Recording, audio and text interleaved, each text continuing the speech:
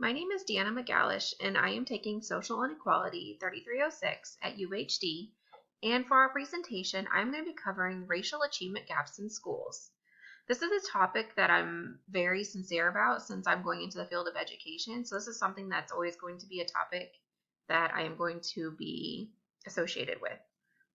To start off, I'm looking at the Brown v. Board of Education that was ruled in 1954, talking about racial segregation of children in schools. This was the breaking ground for equality in the classroom. However, as we look at it, society is still segregated by neighborhoods, and this continues to be a problem. Although schools are not supposed to be segregated anymore, yet we still see this problem because the higher income you have, the better choices of schools you have, which means they're mostly composed of white students. However, if you have a lower income, you're most likely going to be going to a school that is composed of mostly African Americans. As we look at this graph here, we can see that 66% of lower income neighborhoods are composed of African American students. Now, this is just not because of a one-time or a certain situation. This has been a problem with poverty.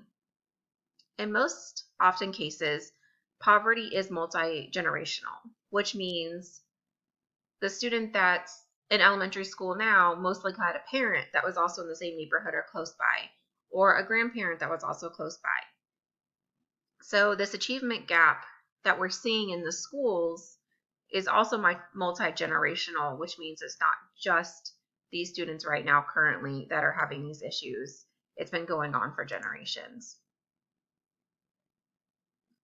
So I have found a study that in 2019, back in Detroit, 84% of Black students attended schools that were low income. Only 3% of Black students were able to attend schools that were mostly white. So our problem here that we need to fix is integrating disadvantaged Black students into more privileged schools can narrow the Black-white achievement gap. So that is what our focus is. Now, many African American students, Black students, have stressors in their life that are affecting their schooling. They are surrounded by more crime, more violence. They have a lot of stressors that are triggering that interfering with their learning. They may not be focused on what the subject is being taught right then. They have a lot of home life issues that are going on that are also affecting it. This also leads to discipline problems in the classroom. Some teachers do not understand what students are going through. So the student may act out, they may do something because that's what they see at home or that's what they're used to. And teachers have to realize that it goes beyond the classroom. It also goes on to what's happening at home. Now, with the stressors, a lot of the problems is they're absent a lot of times. They may not get up on time. They may have not slept the night before. They may be feeling sick, and that's a lot of it. They don't have the healthcare systems that advantaged students are taking care of. White students are known to have better healthcare. They're in better neighborhoods. Their parents have better jobs. They can afford healthcare. So the African American students that may not have that option are not able to get the medicine they need to get to school faster.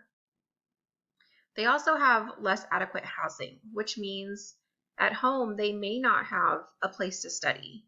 They may not have the textbooks to study. So there are a lot of factors that go into this achievement gap. It's not just in the classroom, it also reaches their home life. Now we're going to look at some factors of this achievement gap, which include inequality. So first one is the socioeconomic differences. Like I mentioned earlier, with the multi-generational gap with the poverty, the family background accounts for about 1/3 of the test score gaps.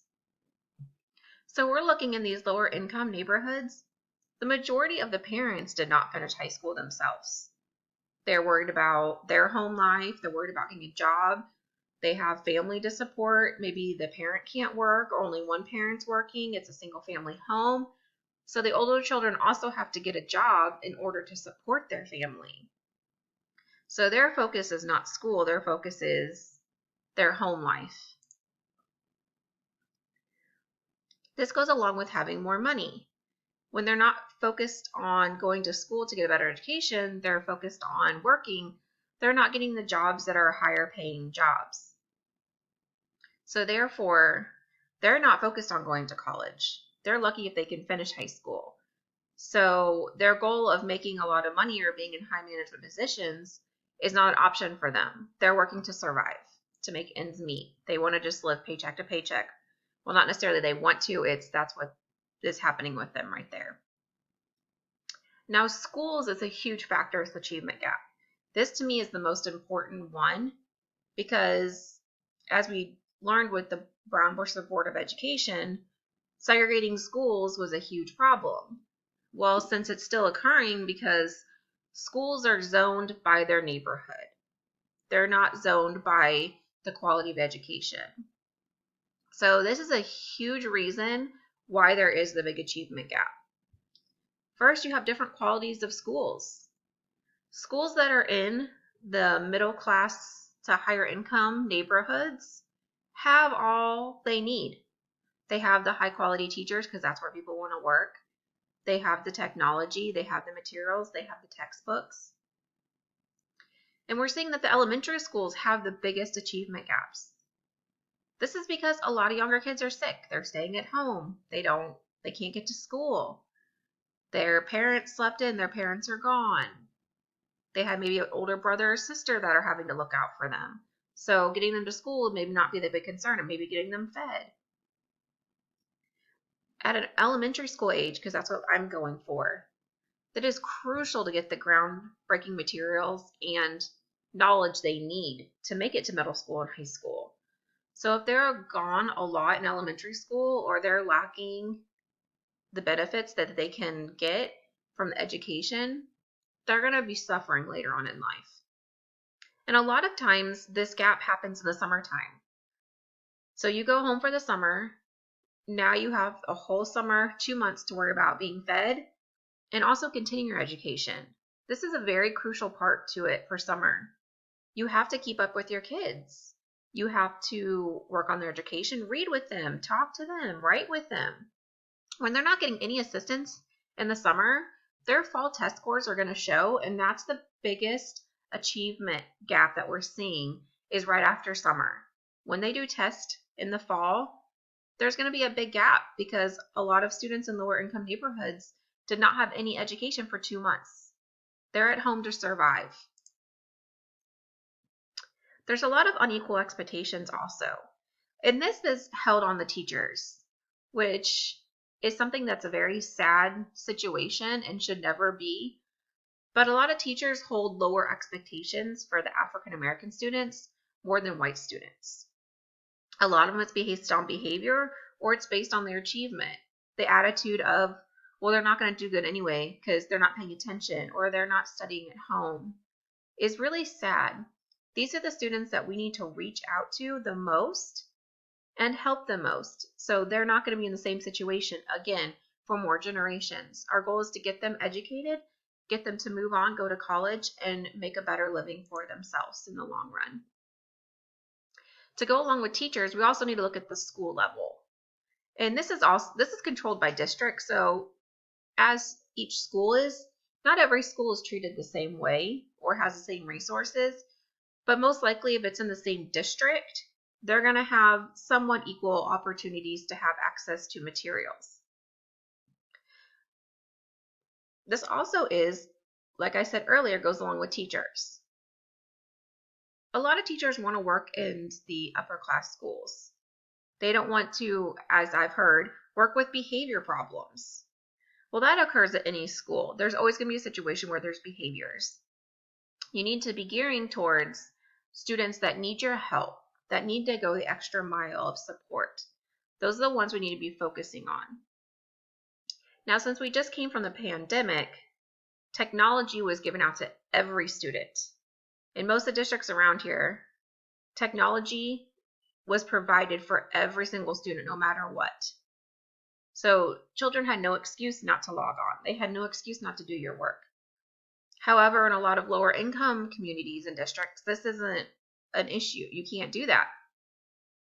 And the problem is the property taxes in these neighborhoods. They're so low. Schools aren't being supported with taxes. So they can't get the funding for computers, for technology, for the textbooks. So this right there is a huge achievement gap situation also, with not providing them with what they need. So looking at this overall, I found this picture that really just shows exactly about the inequalities. Whereas the lower income families have no money, the neighborhoods have no money. It's just staying alive, staying safe, and getting your kids to school when you can, versus the students in the white communities, the upper class communities, that is not a problem for them. The kids go to school, they have the technology, they have their cell phones, and that they don't have any worries like that at home.